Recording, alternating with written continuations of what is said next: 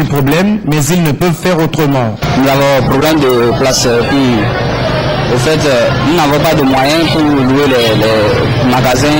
Par exemple, vous savez, quand on prend des toits comme ça oblige les gens à marcher sur la route, ce qui peut amener des accidents. Quand même, mais eux aussi, ils voient, ils regardent. Chaque jour, quand ils passent, ils nous regardent. Nous aussi, nous n'avons pas de solution pour ça. Je sais que occuper les trottoirs pour les piétons, c'est dangereux. Mais c'est quoi on peut faire maintenant pour gagner. Pour les occupants des voies publiques, c'est donc un dilemme. Quitter, oui, mais pour aller où? Les autorités font-elles aussi face à un autre dilemme? Il y a deux idées maîtresses quand on parle de l'occupation de la voie publique. Il y a une idée qui reconnaît en tout citoyen le droit d'exercer cette liberté fondamentale. Et la deuxième idée, c'est que l'exercice de ce droit fondamental est régi par une loi. Donc cela veut dire qu'il y a des restrictions dans l'occupation de la voie publique. Il est vrai qu'aujourd'hui, on retrouve sur les terre-pleins des gens qui procèdent à leur vente, à leur commerce de façon libre, alors que cet état de cause crée du désordre. Nous avons vu que c'est un phénomène qui avilit notre pays, et il y a lieu qu'on lance un appel à tous ceux qui occupent illégalement la voie publique. Cela veut dire les trottoirs, les rues, les emprises des voies, les terre-pleins, pour se livrer à leur petit commerce, de se conformer à la loi. Bref, on reconnaît à ces commerçants le droit de faire leurs activités, mais il faut aussi respecter la liberté des passants. Il va falloir désormais revenir aux dispositions légales en matière d'occupation de la voie publique. Avant d'occuper la voie publique, il doit falloir qu'on s'approche des services de la municipalité. C'est elle seule qui peut accorder des places où elle trouve que cela ne présente pas de danger ou bien d'insécurité pour toute la population. Plus question pour les autorités de laisser un tel phénomène perdurer. Tous les occupants en archive de l'emprise des voies publiques s'exposent à la rigueur de la loi. Et la loi concerne aussi les événements de grande ampleur comme les funérailles et autres réjouissances populaires. Et par rapport à ce phénomène, cette information du ministre de la Sécurité et de la Protection civile. Depuis quelque temps, on assiste à une occupation anarchique de l'emprise des voies publiques, trottoirs, terre-pleins, chaussées, etc. Surtout en milieu urbain par des tenanciers ou gérants des débits de boissons, restaurants et autres commerçants au mépris des règles élémentaires de sécurité et du code de la route. Outre les entraves à la circulation et les désagréments qu'elles occasionnent, ces pratiques anormales et répréhensibles sont source d'accidents parfois très graves, entraînant des pertes en vies humaines, des blessés et la dégradation des biens publics et privés. Face à l'ampleur que ne cesse de prendre ce phénomène qui tend à gagner tous les quartiers de la capitale et des autres villes, le ministre de la Sécurité et de la Protection civile rappelle à tous ceux qui exercent leurs activités sur ces espaces ce qui suit. L'emprise des voies publiques ne saurait en aucun cas servir de lieu d'extension à leurs activités commerciales. Ces activités doivent s'exercer exclusivement dans le cadre et l'espace prévu à cet effet et déclaré au moment de la délivrance de l'autorisation d'installation. Dorénavant, des contrôles rigoureux seront opérés par les services de sécurité pour s'assurer du respect des tests en la matière. Le ministre de la Sécurité et de la Protection civile demande avec insistance aux intéressés de libérer sans délai l'emprise des voies publiques et de se conformer au respect scrupuleux des tests en vigueur. Les contrevenants s'exposent à la fermeture d'autorité de leurs débits de boissons, restaurants et autres par les services de police et de gendarmerie dans l'exercice de leur mission de police administrative. Ils comptent sur la présence et le sens de civisme des uns et des autres pour préserver la paix, la sécurité et les autres acquis, notamment des infrastructures routières. Toujours au Togo, comment les jeunes élèves et étudiants passent-ils leurs vacances scolaires à Lomé? Quels endroits fréquentent-ils et quels sont les looks de ces vacances? Rajoul Mohamedou et Rachilatou Takpedéou se sont intéressés. Suivez plutôt. La page du stress et des examens de fin d'année tournés. Les jeunes élèves et étudiants sont désormais en vacances. Rangés aussi les kakis et les uniformes scolaires, ils s'habillent de façon branchée pour se rendre à la plage les week-ends. Pôle d'attraction de la jeunesse loméenne, la plage attire car elle abrite concerts, jeux et divertissements de tous genres.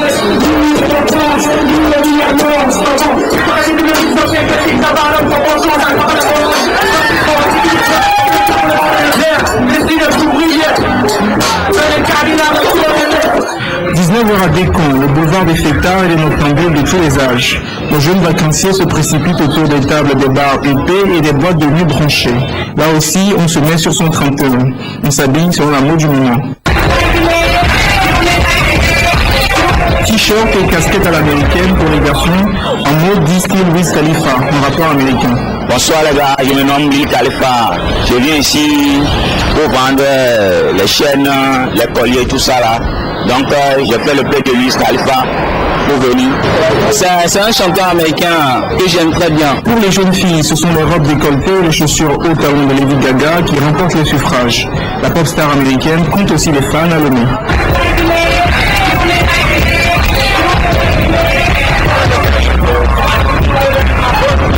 Wiz Khalifa chez les garçons, Lady Gaga chez les filles, ce sont des looks des vacances 2013 à l'ONU. Et pour ce qui concerne les chaussures, ce vendeur nocturne nous livre les marques les plus demandées cet été.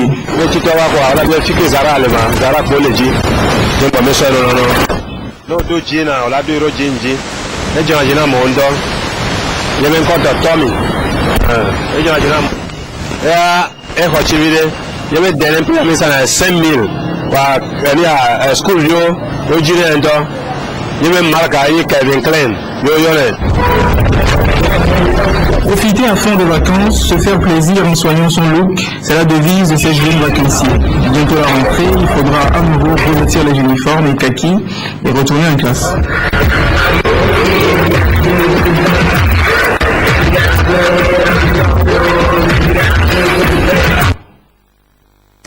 À l'international, les autorités égyptiennes annoncent un nouveau chef d'accusation contre Mohamed Morsi pour complicité de meurtre et de torture sur des manifestants. Le président déchu est toujours détenu au secret en attendant la réaction des frères musulmans à cette annonce. C'est la péninsule du Sinaï qui inquiète. 27 policiers ont été tués lors d'une attaque par des djihadistes. C'est ici dans la péninsule du Sinaï que l'attaque la plus meurtrière depuis des années a eu lieu contre les forces de l'ordre. Des assaillants ont lancé des roquettes contre 2 minibus de la police. Au moins 25 policiers ont été tués. Le Sinaï est devenu la base arrière des groupes islamistes armés. Cette attaque intervient au lendemain de la mort dans des circonstances étranges de 37 détenus islamistes. Les prisonniers, tous des frères musulmans arrêtés durant les manifestations, ont été asphyxiés par du gaz lacrymogène alors qu'ils tentaient de s'évader. Ils se trouvaient dans un convoi transportant plus de 600 hommes vers une prison du Caire. La crise entre les partisans du président déchu Mohamed Morsi et les autorités ne connaît aucun répit. Ce lundi, les pro-Morsi ont appelé à de nouvelles manifestations. Pourtant, hier dimanche, l'heure n'était plus au grand rassemblement. Les frères musulmans avaient annulé leur manifestation pour des raisons de sécurité, disent-ils. Chacun campe sur ses positions et l'homme fort du pays a promis une réponse des plus énergiques aux manifestants qui braveraient l'interdiction de se rassembler. Ceux qui pensent que la violence fera plier l'État se trompent. Nous ne resterons pas les bras croisés face à la destruction de la nation. Déjà plus de 800 personnes sont mortes dans le pays, essentiellement des manifestants ces 6 derniers jours. Et chaque jour, les autorités annoncent de nouvelles arrestations, des dizaines de membres de la confrérie. Malgré tout, le gouvernement a eu un geste d'apaisement, l'interdiction des milices anti-Morsi faisant en justice elle-même. Ses habitants tirent sans sommation sur les manifestants et les journalistes. La tension reste vive, la communauté internationale ne peut rester muette. Les ministres des Affaires étrangères de l'Union européenne vont se réunir ce mercredi. L'idée est de s'entendre sur une position commune, tout faire pour éviter une guerre civile. L'une des options est la suspension de l'aide financière. Alors, toujours à l'international, la Syrie accueille depuis ce lundi les experts de l'ONU pour enquêter sur l'utilisation d'armes chimiques. Le pouvoir annonce avoir repris le contrôle de l'attaqué, un fief de Bachar al-Assad. À l'est du pays, les Kurdes fuient eux massivement le pays vers l'Irak. Autour des Kurdes de Syrie de prendre le chemin de l'exil en direction du Kurdistan irakien. Quelques centaines au début, puis de 5 à 7 000 depuis jeudi dernier, selon le Haut Commissariat aux réfugiés des Nations Unies. Un mouvement soudain et imposant le long d'une frontière normalement très étanche. Les réfugiés ont profité de l'ouverture d'un ponton à Peshkabour. C'est la famine dans notre région et il n'y a pas d'emploi, d'expliquer cet homme. Il y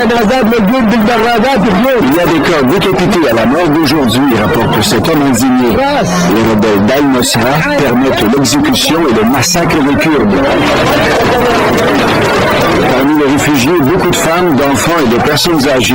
Il viendra surtout d'Alep, d'Assaké et d'autres régions en Syrie où les combats font rage entre les forces de Bachar al-Assad et les rebelles. En tout, 2 millions de Syriens ont pris le chemin de l'exil depuis le début de la guerre civile, qui en est à sa 3e année. Globalement, le flux de réfugiés vers différents pays a diminué depuis la pointe de 5 000 à 8 000 par jour du début de l'année. Il y en a d'ailleurs plus de 100 000 en Égypte, où la situation risque de se compliquer. Nous suivons la situation de très près, précise le porte-parole du Haut Commissariat aux réfugiés. Entre-temps, à Damas, des inspecteurs des Nations Unies viennent de débarquer pour enquêter sur l'utilisation possible d'armes chimiques dans le conflit syrien. Retour au Togo avec la 2e édition de la Coupe d'Afrique des Nations CAN de Maracana qui s'est déroulée du 16 au 17 août dernier à Cotonou au Bénin. Cette compétition a regroupé 5 pays dont le Togo qui a présenté 2 sélections dans la catégorie des vétérans et des seniors. Le Togo a remporté le titre de champion d'Afrique chez les vétérans et a atteint la finale au niveau des seniors. La délégation togolaise est rentrée dimanche au Bercail avec le trophée Ugatipo. Le Togo s'est dû à Cotonou par son jeu et son bus flambant neuf. Le vainqueur de la 2e édition de la CAN chez les vétérans après sa victoire en finale devant la Côte d'Ivoire de 2-1, la délégation togolaise est rentrée dimanche à Lomé et a présenté le trophée au public. Le Togo n'a pu conserver son titre chez les seniors après avoir été battu 3 buts à 0 en finale par la Côte d'Ivoire. Rêve évoqué les circonstances de jeu. Nous avions à cœur de garder le titre au niveau senior et remporter aussi la catégorie détenue. Mais là, nous sommes bien battus. Il y a eu des circonstances de jeu. Beaucoup de blessés au niveau de senior qui a été en finale que nous avons terminé la compétition avec une équipe complètement diminuée. La Fédération togolaise de Maracana se réjouit de cette performance des 2 sélections du Togo. Les adversaires se sont nettement mieux préparés pour cette 2e Coupe d'Afrique des Nations. Le résultat constitue pour nous une grande fierté, étant donné que nous étions partis quand même avec de grosses ambitions, avec une ambition ultime qui est celle de ramener les 2 coupes. Malheureusement, nous n'avons pas pu le faire pour la catégorie senior, qui est celle qui avait remporté la coupe l'année dernière. Et nous sommes revenus avec le titre de champion d'Afrique pour la catégorie des vétérans. Donc ceux qui ont raté la coupe l'année dernière. Notre fierté, c'est qu'aujourd'hui, nos 2 catégories ont chacune quand même une coupe et un titre de champion d'Afrique dans ces annales. C'est le stand de promotion de Togo Sénégal qui a accueilli la délégation. Un engagement renouvelé de cette société de téléphonie mobile a accompagné la Fédération togolaise de Maracana. La Fédération togolaise de Maracana est pour juin. Nous anime ce moment. On va être sur les 2 éditions. La Fédération montre que c'est un simple engagement. Et qui dit engagement, dit bravo. Se sont battus pour amener la joie au pays. Les matchs sont déroulés sur l'esplanade interne du stade de l'amitié de Cotonou. 5 équipes. Dans tout ça, il s'agit du Bénin, le organisateur, la Côte d'Ivoire et le Togo. Transmission avec l'église du christianisme céleste, c'est l'exécution de la fête des moissons dimanche et la s'est réunie pour rendre grâce à Dieu. Fête des moissons, une fête de remerciement au Seigneur pour ses bienfaits. Les fidèles de l'Église du christianisme céleste, venus de différentes congrégations, se sont retrouvés à la paroisse Saint-Pierre d'Avatamé. Avec le fruit de leur travail, symbole de la bénédiction de l'Éternel, ils ont honoré la tradition en rendant grâce à Dieu par cette célébration spéciale. Leur joie, ils l'ont surtout exprimée à travers des chants de louange à Dieu. La fête des moissons marque aussi la fin d'une année de travail et le début d'une nouvelle année. Une nouvelle année qu'ils ont également confiée au Très-Haut. La fête des moissons, c'est l'ombre des choses à venir. Chaque homme, chaque chrétien est une semence qui est mise en terre et qui, le moment venu, sera moissonnée. Vous irez au ciel, vous irez en enfer, selon que vous aurez fait le bien ou le mal. Une fois que vous les avez gérés, que vous les avez maîtrisés, vous avez la paix avec Christ. Et quand vous avez la paix, c'est en ce moment-là que vous pouvez prôner la paix et donner la paix aux autres.